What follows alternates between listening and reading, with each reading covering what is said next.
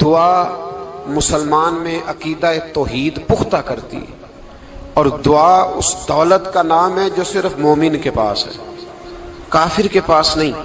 نبی پاک علیہ السلام نے فرمایا الدعاء صلاح المومن، دعا مومن کا ہتھیار ہے، کافر کے پاس یہ ہتھیار نہیں ہے۔ مومن جب اپنے مالک کے حضور دعا مانگتا ہے نا، دنیا میں آپ کسی سے زیادہ مانگے تو وہ ناراض ہو جاتا ہے، وہ کہتا ہے بھائی تو نے تو کام بنا لیا ہے، کل بھی دیا تھا، پرسوں بھی دیا تھا، روز روز تجھے کون دے؟ میرے نبی پاک علیہ السلام نے فرمایا جو اپنے رب سے زیادہ مانگتا ہے رب اس سے زیادہ راضی ہوتا ہے، زیادہ راضی ہوتا ہے۔ اب دعا مخصوص اوقات نہیں دعا کے، فرمایا اذا دعان، جب بھی دعا مانگو گے تمہارا رب تمہاری دعا کو، جب بھی دعا تو دعا کرتے رہنا چاہیے، ہر وقت دعا میں بندہ شامل رہے، اللہ کے ذکر میں شامل۔ یہ جو قرآن مجید نے کہا نا یا ایھا الذین آمنوا اذکروا اللہ ذکرا کثیرا، اے ایمان والو اپنے رب کا ذکر کثرت سے کرو، وسبحوہ بکرۃ واصیلا، اور صبح و شام اسی کی پاکی بیان کرو۔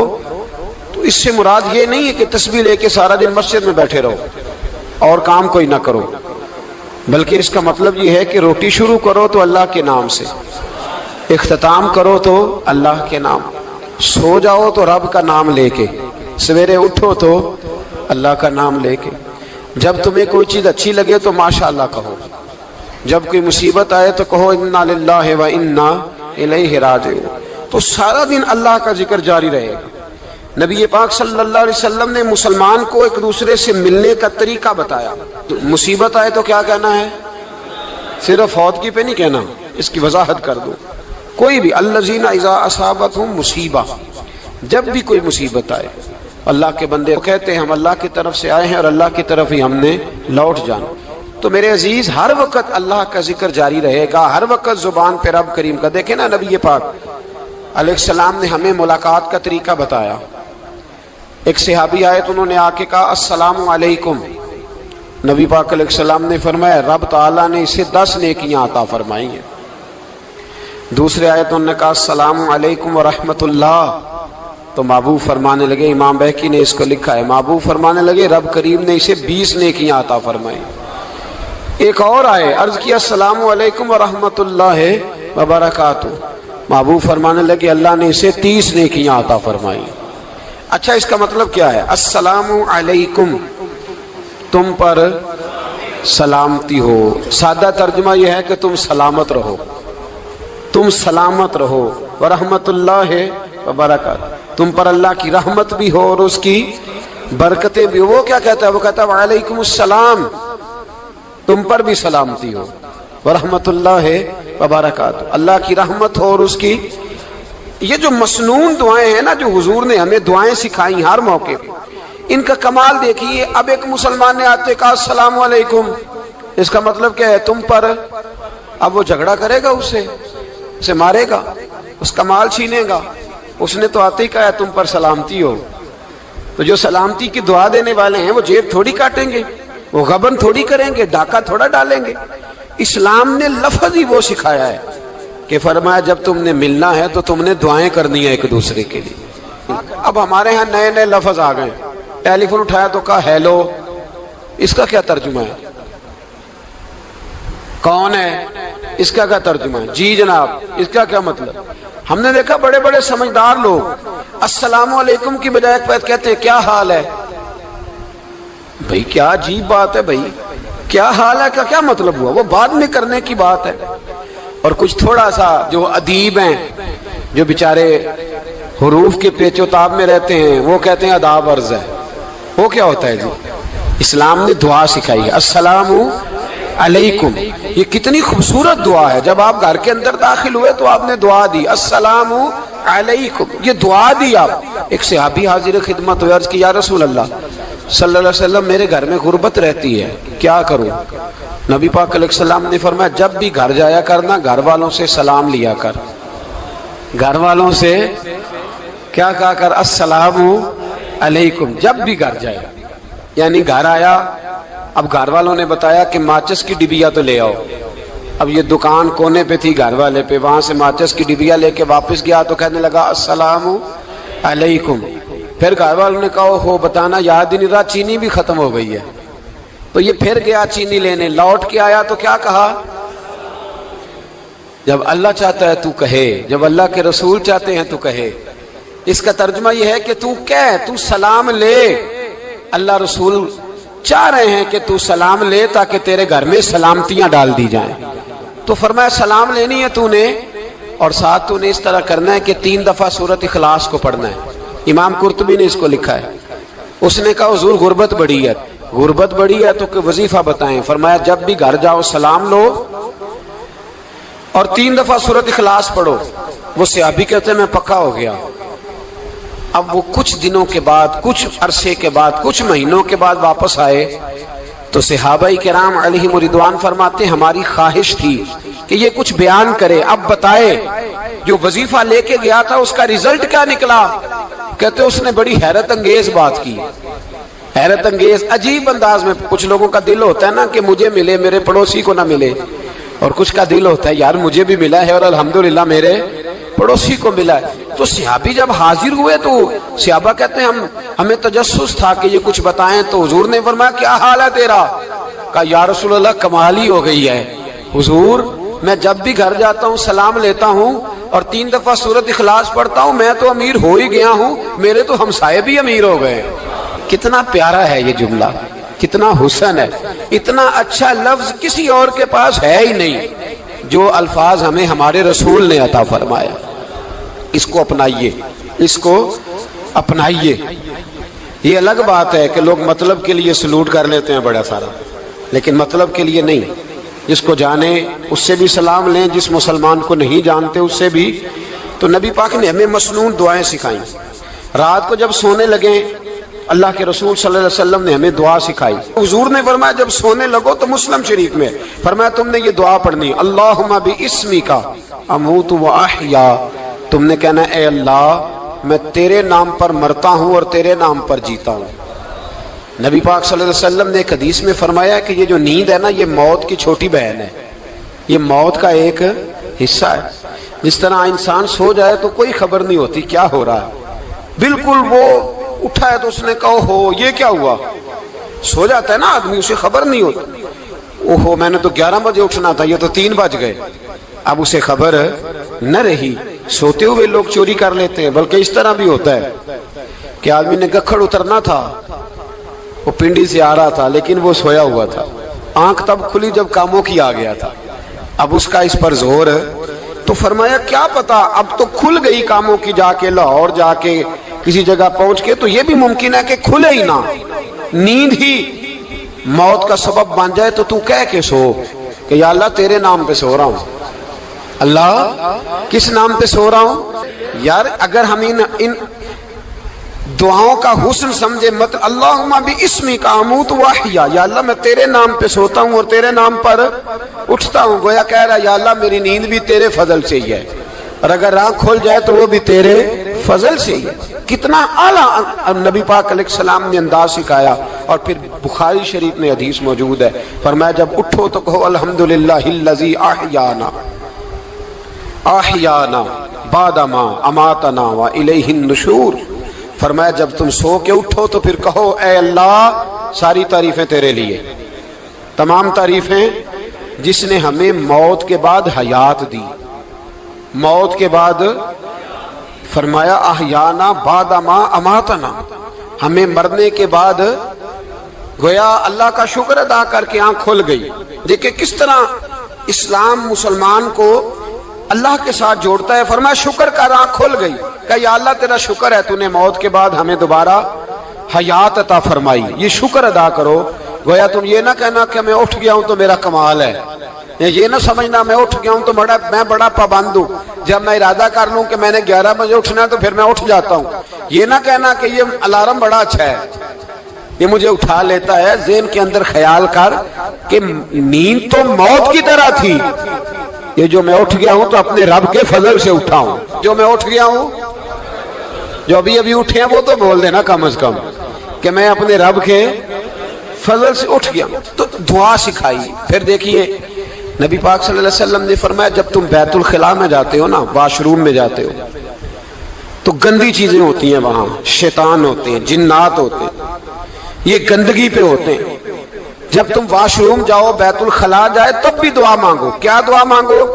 وہ دعا بھی نبی پاک صلی اللہ علیہ وسلم نے ہمیں تعلیم فرمائی اور بخاری میں ہے، کہا پڑھا کرو، اللہم انی اعوذ بک من الخبث والخبائث۔ کہو اے اللہ، ناپاک چیزوں سے میں تیری پناہ مانگتا ہوں، وہ نر ہوں یا مادہ ہوں۔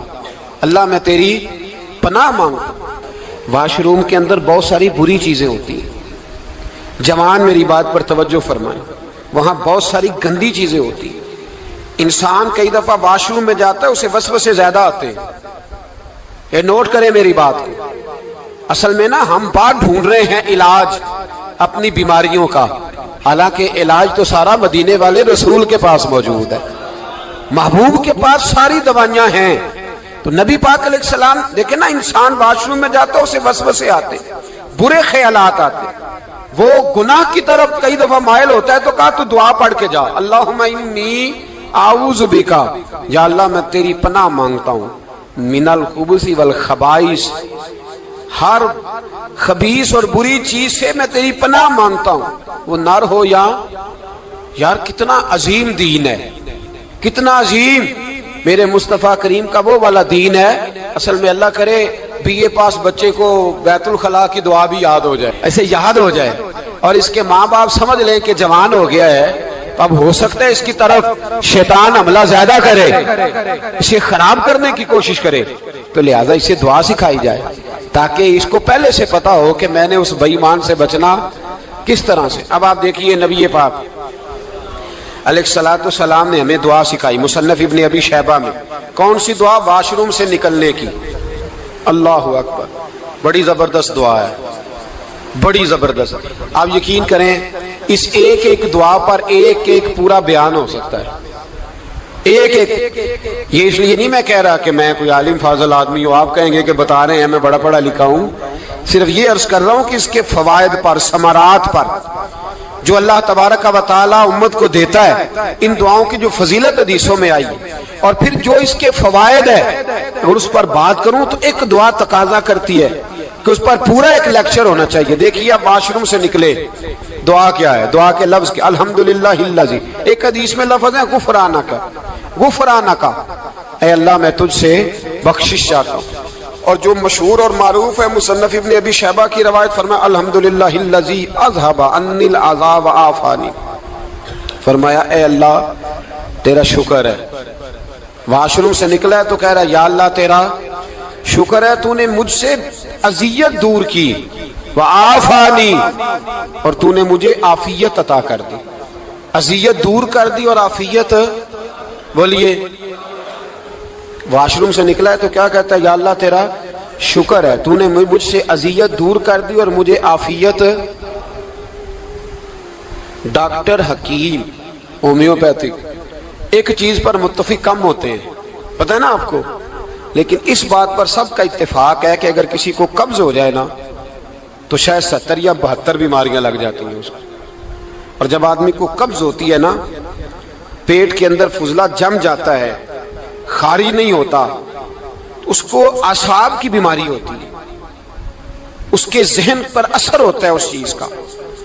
آپ یہ مت سمجھیں کہ کھانا کھانا ہی ایک کمال ہے، اللہ نے یہ بھی نعمت بنائی ہے کہ کھانا جب خارج ہوتا ہے تو وہ بھی اللہ کا بہت بڑا احسان ہے۔ تو فرمایا تو سمجھا ہی نہیں، اگر تجھے قبض ہو جاتی، تیرے پیٹ کے اندر وہ چیز جم جاتی، تیرے لیے کتنی تکلیف کا باعث تھی۔ ان لوگوں سے پوچھئے جو اس کے بیمار ہیں، اس کے مریض ہیں، وہ کتنی تکلیف میں رہتے ہیں، سر میں درد ہوتا ہے، سر چکراتے ہیں۔ ایک بہت بڑا روڈ ایکسیڈنٹ ہوا تو ڈرائیور سے لوگوں نے پوچھا کہ مسئلہ کیا ہے، تو کہنے لگا میں قبض کا مریض ہوں، تو میں کھانا کھا لیتا ہوں تو میرے ذہن پر وہ اس قدر زیادہ گیس کا غلبہ ہوتا ہے کہ میں سخت تکلیف میں ہوں۔ نبی پاک علیہ الصلوۃ والسلام نے ہمیں سمجھایا اور بتایا کہ سمجھ لو یارو، کھانا کھانے کی نعمت تو اللہ نے تمہیں عطا فرمائی ہے، لیکن کھانا کھانے کے بعد اس کا اخراج بھی اللہ کی بہت بڑی نعمت ہے، تو اللہ کا شکر ادا کرو۔ پھر جب آپ گھر سے نکلیں گے تو بھی اس کی دعا ارشاد فرمائی، بسم اللہ توکلت علی اللہ، اللہ کے نام سے گھر سے نکلتا ہوں اور میں نے بھروسہ بھی اللہ کے نام پہ کیا۔ جب گھر سے نکلیں تو کس کے نام پہ بھروسہ کریں؟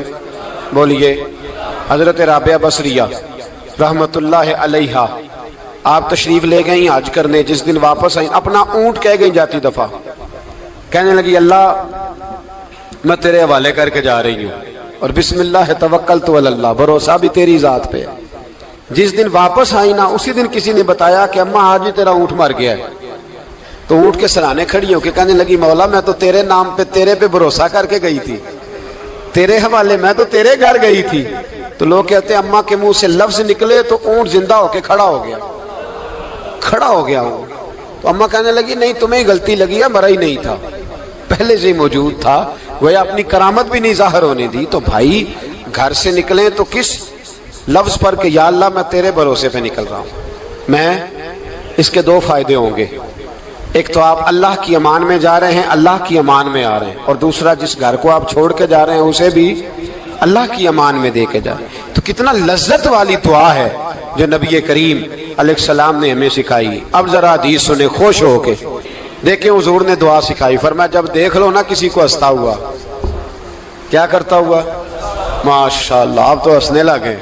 جب کسی کو ہنستا ہوا دیکھو تو کہا کرو اضحک اللہ سنک، یہ دعا یہ بخاری ہے، فرمایا دعا مانگا کرو جب کسی مومن کو ہنستے ہوئے دیکھو تو دعا مانگو اضحک اللہ سنک، اللہ تجھے ہنستا ہی رکھے، اللہ تجھے، بولیے جل نہ جایا کرو کہ میں پریشان ہوں تو یہ ہنس کیوں رہا ہے، جھلا نہ کرو، بلکہ کیا کرو اللہ تجھے ہنستا رکھے، اللہ تجھے۔ نبی پاک صلی اللہ تعالی علیہ وآلہ وسلم نے فرمایا، ترمذی میں حضرت اسامہ بن زید رضی اللہ تعالیٰ عنہ سے حدیث مروی ہے، حضور نے فرمایا جس نے کسی کے ساتھ احسان کیا اور جس پر احسان کیا، اگر اس نے یہ دعا پڑھ دی نا جزاک اللہ خیرا، تو فرمایا اس نے اللہ کی بھی پوری حمد کر دی اور محسن کا صحیح شکریہ بھی ادا کر دیا۔ کیا کہنا ہے؟ جزاک اللہ، اللہ تجھے بہترین جزا عطا کرے۔ اس کا ترجمہ کیا ہے؟ اللہ تجھے بہترین، کیونکہ حضور فرماتے ہیں من لم یشکر الناس ولم یشکر اللہ، جس نے بندوں کا شکریہ ادا نہیں کیا اس نے اللہ کا بھی شکریہ ادا نہیں کرنا۔ تو کیا کہنا چاہیے؟ جزاک اللہ خیرا۔ اور اگر اماں کہتی ہو بچوں کو انگریزی سکھانی ہے تو کیا کہنا ہے پھر؟ شکریہ ادا کرنے میں کیا کہنا ہے؟ Thanks, thank you. او خدا کے اس کا ثواب کتنا ہے؟ بولے انگریزی ایک زبان ہے، اس کو زبان ہی رہنے دیں گے۔ ایک نوجوان نے مجھے بڑی گہری بات سنائی، میرا قریبی تعلق تھا، کہنے لگا گھر میں بڑا مسئلہ ہے، بڑی پریشانی ہے، ماں اور بیوی کا ماحول اتنا سخت ہو گیا ہے کہ نمٹ نہیں سکتا۔ آپ یقین کریں میں نے ڈیٹیل سے ساری چیز کو سٹڈی کیا، میرے پاس اتنا وقت نہیں ہوتا، پھر بھی میں نے اس فیملی کو پورا پڑھا تو غلطی نوجوان کی نکلی، نہ اس پہ اماں اعتبار کرتی ہے نہ بیوی اعتبار کرتی ہے۔ اس نے جھوٹ بول بول کے اس طرح کی ماحول پیدا کر دیا ہے کہ کوئی اس پر اعتماد کرنے کو تیار ہے۔ اگر آپ ناراض نہ ہو تو ایک بات کروں، پتہ ہے گھر میں ماحول کب خراب ہوتا ہے؟ باہر والے ہماری تقریر سنتے ہیں، گھر والے ہمارا عمل دیکھتے ہیں۔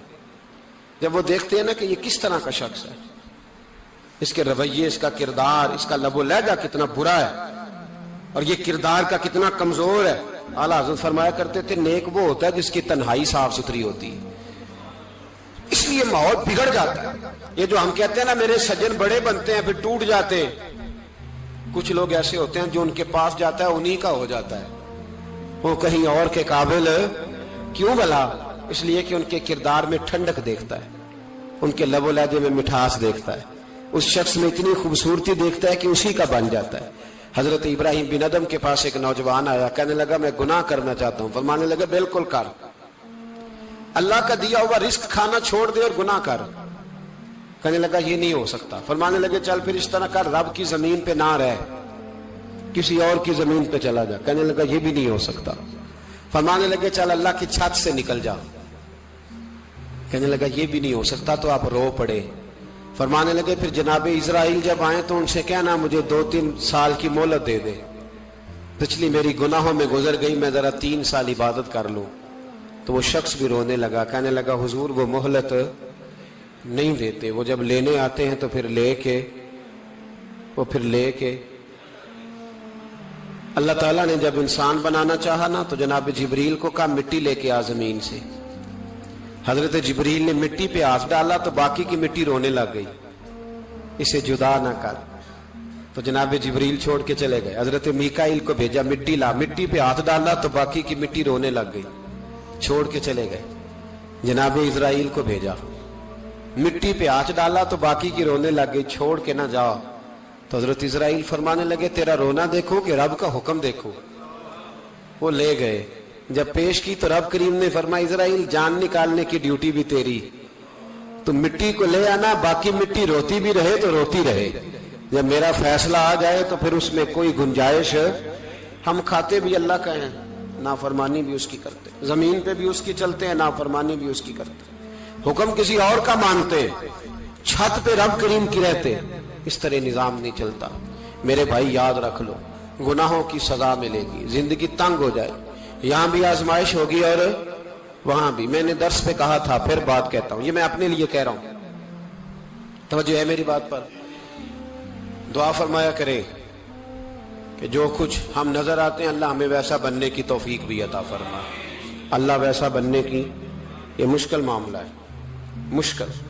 دیکھیں نا ایک آدمی سیاستدان ہے, اس نے بڑے اچھے نعرے لگائے, انقلاب آ جائے گا, میں غریب کا بھلا کر دوں گا, میں یتیموں کے سر پہ ہاتھ رکھوں گا, میں مجبوروں کی مدد کروں گا, میں دکھیوں کی مدد کروں گا, مزدوروں کو. اس نے اچھے اچھے نعرے سکھائے, اچھا اس نے پیغام دیا. اندر اس کے یہ تھا کہ اقتدار ملے گا تو مرضی کروں گا. لوگ اس کے گرد بھی گئے, اس کی گاڑی کے پیچھے بھی بھاگے, لوگوں نے اس کے نعرے بھی لگوائے, جیب سے پیسے لگا کے اس کے پوسٹر بھی شائع کیے. لوگ اس کے گرویدہ ہو گئے. لوگوں نے پوری, اور میری قوم نے تو بیچاری نے کئی دفعہ دھوکے کھائے. جس نے نعرہ لگایا غریب اسی کے پیچھے مسیحا بن کے چل پڑا. آج دھوکہ دے لیا, لوگوں کو پیچھے لگا لیا. یہ بتاؤ اگر راز کھل جائے, اگر راز کھل جائے کہ یہ دھوکہ دے رہا ہے, یہ فریب کر رہا ہے, تو لوگ اس کا کیا حال کریں گے؟ یہ راز قیامت میں کھل جائے گا.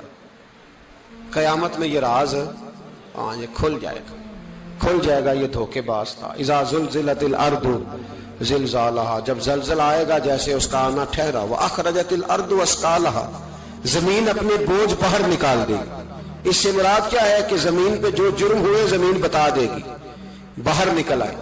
وقال الانسان ما لها, انسان کہے گا اسے کیا ہوا, یہ تو سب کچھ بتا رہی. بوجھ باہر نکال دے گی. ایک آدمی پیر طریقت بن کے بیٹھ گیا, جبہ کبا پہن کے, بڑی پگڑی باندھ کے بیٹھ گیا, اچھی اچھی نیک باتیں بتانے لگا. لوگ اس کی دست بوسی کرنے لگے, ہاتھ چومنے لگے, پیچھے لگ گئے, خدمت کرنے لگے, جیب سے نذرانہ دینے لگے. اس کے نام پر لوگ اپنی جیب سے لنگر پکانے لگے, خانقاہ کی خدمت ہونے لگی. مہمان اس کے آتے, نوکری کوئی اور کرتا. میں نے کہا تھا شاید اپنے لیے کہہ رہا ہوں. ڈیوٹیاں لوگ کرنے لگے, حالات بدلنے لگے. لیکن اس کے اندر تو چور تھا, وہ تو دکاندار تھا. تو یہاں جو اس کے پیچھے لگے تھے وہ تو سچے تھے, انہیں تو اجر ملے گا. لیکن اس کا جب راز کھلے گا تو بڑی رسوائی ہوگی. اس کا جب راز کھلے گا تو بڑی. ایک میری طرح کا دیندار تھا, جو چہرے کا تو نیک تھا, اندر پتہ نہیں کیا کچھ تھا. ایک طوائف گزر رہی تھی, اس نے اس کو تبلیغ کر دی. کہنے لگا بس کر دے, سیانی بن جا. تو کسی دانشور میں لکھا ہے اس نے بڑا سخت جواب دیا. اس عورت نے کہنے لگی بابا میں تو جو ہوں وہ نظر بھی آ رہی ہوں, تو بتا جو تو نظر آتا ہے وہ تو ہے کہ نہیں. اس بندے نے چیخ ماری اور بے ہوش ہو کے گر پڑا. تو لوگوں نے کہا بابا آج کسی صوفی کا کلام سنا ہے جو بے ہوش ہو گیا. تو اس نے کہا نہیں, آج طوائف کی بات سنی ہے, طوائف کی. اور وہ عجیب بات کر گئی ہے. وہ کہہ گئی ہے میں تو جو ہوں میں نظر آ رہی ہوں, تو بھی تو بتانا, تو بتانا کہ تو دستار امامت پہنتا ہے.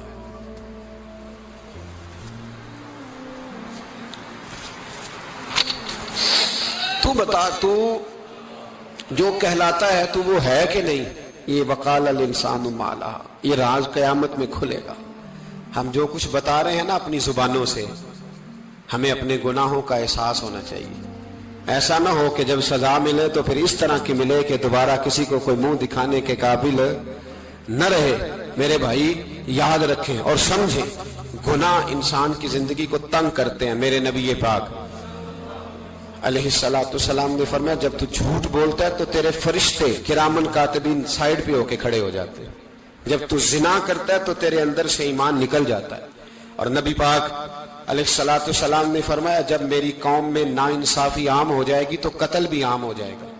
اور سن لو لکھ لینا یہ حدیث دل کی تختی پر، نبی پاک علیہ السلام نے فرمایا جب میری قوم میں بے حیائی اور بدکاری عام ہو جائے گی تو 2 سزائیں اللہ دے گا۔ ایک تو جوان موتیں آئیں گی، جوان بچے کچھ بھی نہیں دیکھا چلے گئے، اور دوسری سزا اللہ یہ دے گا کہ ایسی بیماریاں آئیں گی جن کا علاج نہیں ملے گا، ایسے امراض پھوٹ پڑیں گے۔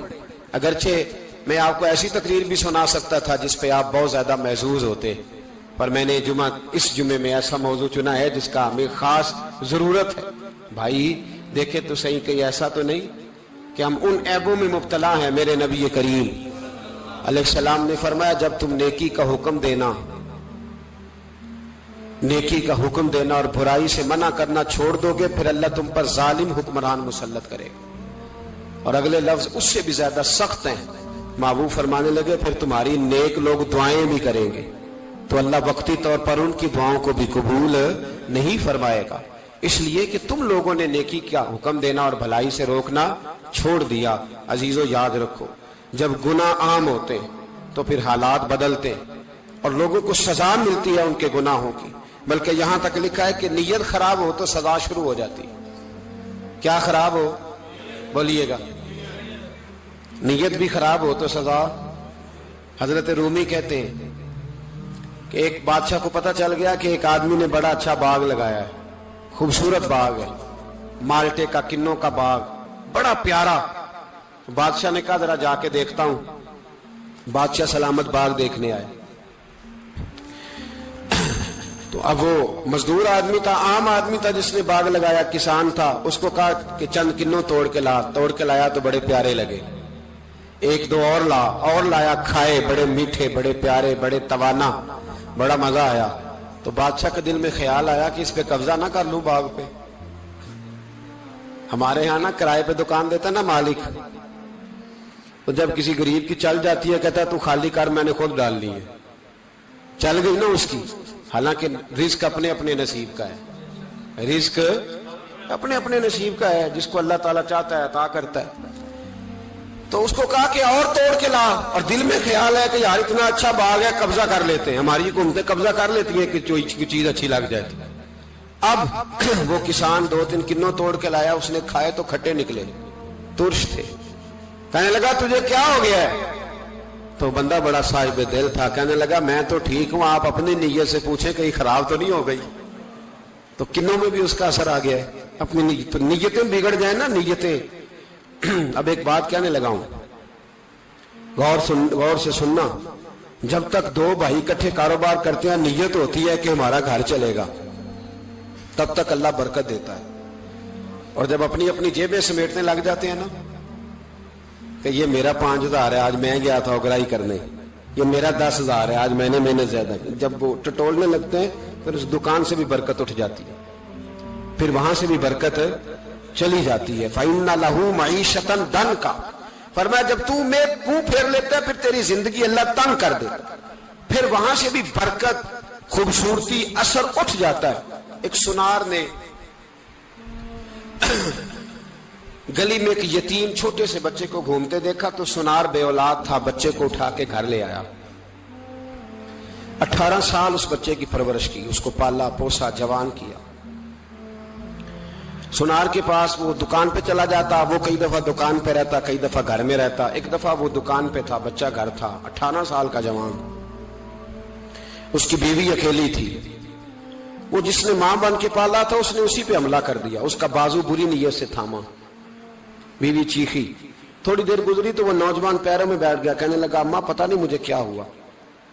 شام کو سنار آیا، بیوی چیخنے لگی، چلانے لگی، کہنے لگی آج عجیب بات ہوئی، جس کو میں نے جگر کا خون دے دے کے پالا اسی نے گندی نظر ڈالی۔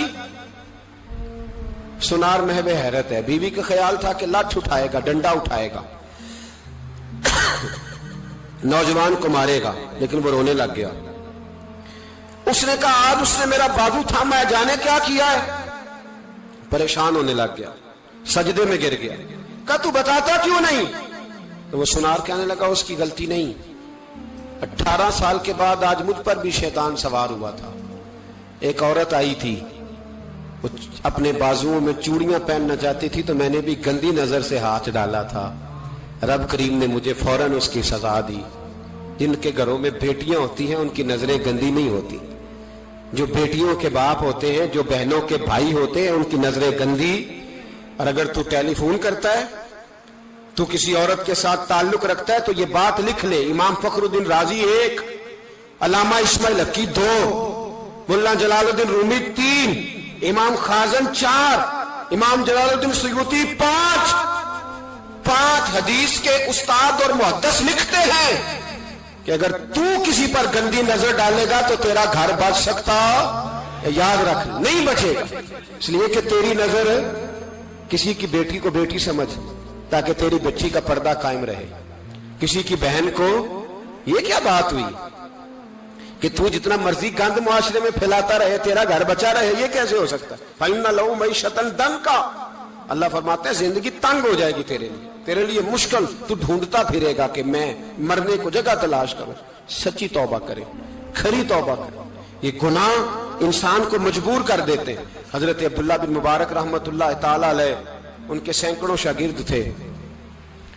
ایک شاگرد کے انتقال کا وقت آیا تو گھر گئے ملنے. آپ کہتے ہیں میں نے زور لگا لیا پر اس کی زبان پر کلمہ جاری نہیں ہوا. میں اسے کہتا کلمہ پڑھ پر اس کی زبان پر جاری. اللہ اکبر, بہت بڑی نعمت ہے. دعا فرمائیں اللہ ایمان کی موت عطا فرمائے, ایمان کی موت دے اللہ کرے, ایمان کی موت دے. ایسے بھی لوگ دیکھے ہیں, مسجد نبوی ہے, رسول اللہ کا شہر ہے, سر سجدے میں ہے, روح پرواز کر گئی. روح پرواز, کتنا نصیبوں والا ہے, کتنا نصیبوں والا ہے کہ مسجد نبوی میں سر سجدے میں رکھا ہے, اور اللہ تبارک و تعالیٰ نے محبوب کے قدموں میں موت عطا فرمائی. تو حضرت عبداللہ بن مبارک کہتے ہیں میں نے اس کو کہا کلمہ پڑھ, تو اس کی زبان پہ جاری نہیں ہوتا. میں بار بار کہتا تو وہ منت کرتا, کہتا حضور میں کوشش کرتا ہوں جاری نہیں ہوتا. فرماتے میں پریشان ہو کے اٹھا, ابھی میں دروازے پہ پہنچا تھا, اس نے چیخ ماری اور روح پرواز کر گئی. بچے رونے لگے, بیوی رونے لگی. تو میں نے اس کی بیوی سے کہا کہ جرم کیا کرتا تھا, اتنا بڑا پاپی پہ کلمہ جاری نہیں ہوا. اس کی زوجہ کہنے لگی حضرت جی 2 گناہ تھے اس کے. ایک تو یہ شراب کا عادی تھا, روکتی تھی باز نہیں آتا تھا, اور دوسری بات یہ کہ یہ اپنی اماں کا نافرمان تھا. وہ 2 گلیاں چھوڑ کے رہتی ہے, یہ کبھی ملنے نہیں گیا تھا. اس بوڑھی کا کلیجہ اس کی طرف سے بڑی تکلیف میں تھا. تو حضرت عبداللہ بن مبارک کہنے لگے جا تو بھی دعا کر, اس کی ماں کو بھی کہہ دعا کرے کہ یہاں تو یہ کلمہ نہیں اسے نصیب ہوا, اللہ کرے اللہ آخرت کی منزلیں اس کی بہتر فرما دے. میرے بھائی ایسے گناہ, حضرت مالک بن دینار نے توبہ کی انہوں نے. کس طرح؟ فرماتے میں نشے کا عادی تھا, کسی نے مجھے کہا کہ بطور دوائی شراب پی لو, تو میں نے پی لی.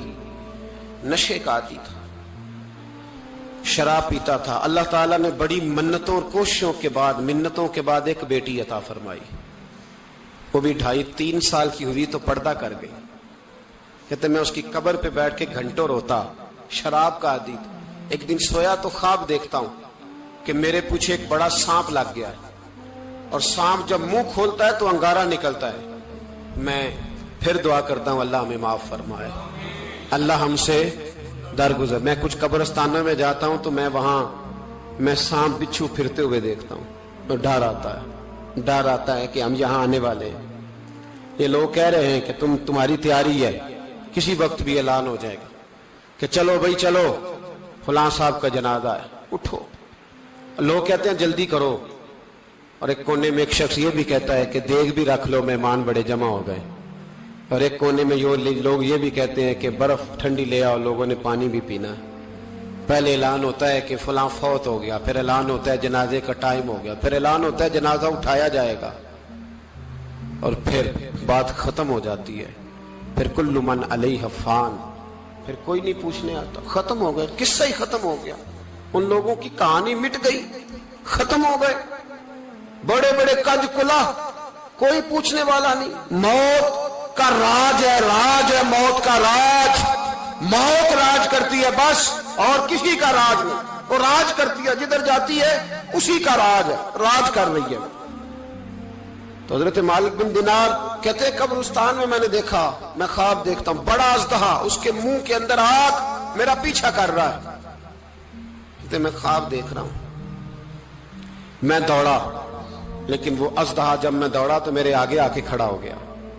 میں مشرق کو دوڑا تو وہاں بھی آ گیا، مغرب کو دوڑا تو وہاں بھی آ گیا۔ جناب مالک بن دینار کہتے ہیں ایک بوڑھا شخص کمزور مجھے بچانے آیا، پر اس اژدہا نے پھونک ماری تو وہ بوڑھا آدمی دور جا گرا۔ کہتے میں چیختا تھا، چلاتا تھا، ایک پہاڑی پہ میں بھاگا گیا تو وہاں مجھے میری بیٹی ملی، مجھے فوت ہو گئی۔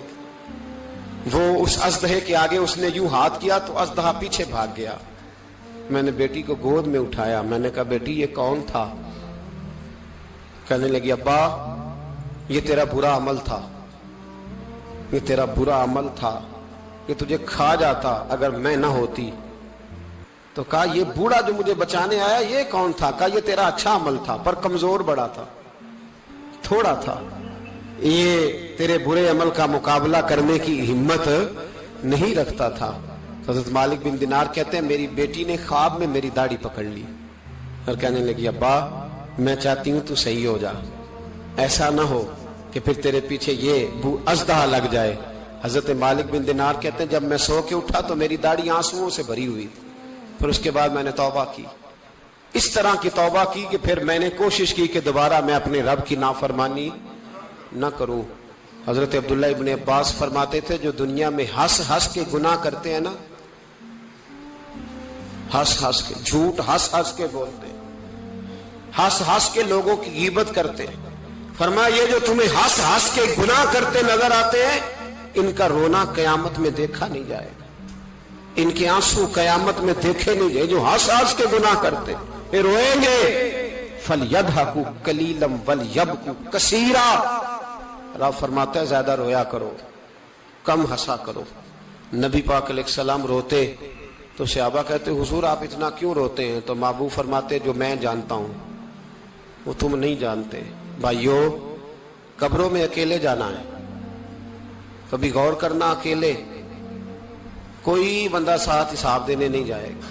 اماں بڑا پیار کرتی ہے لیکن قبر میں کبھی کوئی ماں بھی ساتھ دفن نہیں ہوتی، اپنا اپنا حساب دینا، مشکل وقت ہے، حساب کر لینا چاہیے، تیاری کر کے رکھنی چاہیے۔ گناہ اگر یہاں ہماری زندگی کو تنگ کریں گے تو وہاں بھی ہمارے لیے مشکلات پیدا کریں۔ نبی کریم علیہ السلام نے فرمایا ہے کہ اللہ بڑا مہربان ہے، اللہ بڑا کریم ہے، اللہ بڑا ستار ہے، اور یاد رکھو جب کوئی اس کی ریٹ کو چیلنج کرے، جب کوئی اس کے قانون کو توڑے، جب کوئی اللہ کی اعلانیہ نافرمانی کرے، پھر رب کریم کی غیرت کو، اس کے عدل کو جوش آتا ہے، توبہ کرے سچی، مسجد کی حاضری دے پابندی کے ساتھ۔ میری آپ سے ہمیشہ یہ گزارش رہتی ہے کہ مسجد کی حاضری پابندی سے دیں۔ میں اپیل کرتا ہوں داڑھی رکھ لیں، یہ میرے نبی کا طریقہ ہے صلی اللہ تعالی علیہ۔ واپس آ جائیں، ہماری بقا نہ ہمارے دین میں ہے، کوئی نہیں ہمیں رکھے گا، کوئی نہیں رکھے گا، کوئی نہیں۔ میرا ایک دوست راج بتا رہا تھا کہ سعودی عرب میں ایک شخص نے 30 سال محنت کی، تو جب وہ مرا ہے وہیں اس کے گھر میں فون کیا تو اس کے گھر والوں نے کہا جناب آپ کو مشکل ہوگی ڈیڈ باڈی بھیجنے میں، وہیں دفن کر دیں، ہاں اگر اس کا کوئی پیسہ ہے تو وہ ذرا اکاؤنٹ میں بھیج دیں، بچیوں کو ضرورت ہے۔ او بھائی تو اکیلا جائے گا، تیرے لیے مشکل ہو جائے۔ اپنے بھی ساتھ یقین کریں، بچے دعائیں کرانے آتے ہیں، کہتے ہیں حضرت جی دعا کریں اللہ اماں کی سختی معاف کر دے۔ اس کا مطلب کیا ہے کہ اماں اب جائے، اب ہمارا نمبر آئے۔ بچے تو انتظار کر رہے ہیں کہ ابا جائے اور گدی پہ ہمارا نمبر آئے۔ تیاری ہے، اکیلے جانا ہے، اکیلے سخت سا مرحلہ ہے، اکیلے سارا کچھ فیس کرنا۔ آج توبہ کریں، وہاں کے کیڑے یہاں رہ کے مارے، اپنے ساتھ ظلم نہ کریں۔ ہم اس قابل نہیں کہ وہاں جا کے مقابلہ کر سکیں، بچیں، اپنے آپ کو محفوظ کریں، بچائیں، حساب اپنا اپنا دینا ہے۔ کسی باپ نے اگر اپنے بچوں کو حرام کھلایا تو بچے تو نہیں کہہ رہے تھے نا کہ حرام لے کے آ، تو باپ نے حساب دینا، والد نے۔ لہذا مہربانی فرمائیں، اپنے اوپر رحم کھائیں، اپنے آپ کو سنواریں۔ آج جمعۃ الوداع ہے، توبہ کریں، اللہ کے نیک بندوں کی صحبت میں بیٹھا کریں، اچھی باتیں سنا کریں تاکہ دل نرم رہے۔ ان جگہوں سے بچیں جو گناہ کی طرف لے کے جاتی، ظلم سے، زیادتی سے، جبر سے بچیں۔ اپنے آپ کو اپنے رب کریم کی بارگاہ میں جھکا دیں